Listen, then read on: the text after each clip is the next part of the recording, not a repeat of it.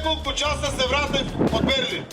Бев на средба со Меркел, со Макрон, нашата заедничка земја конечно отвара поглавја, почнува да преговара.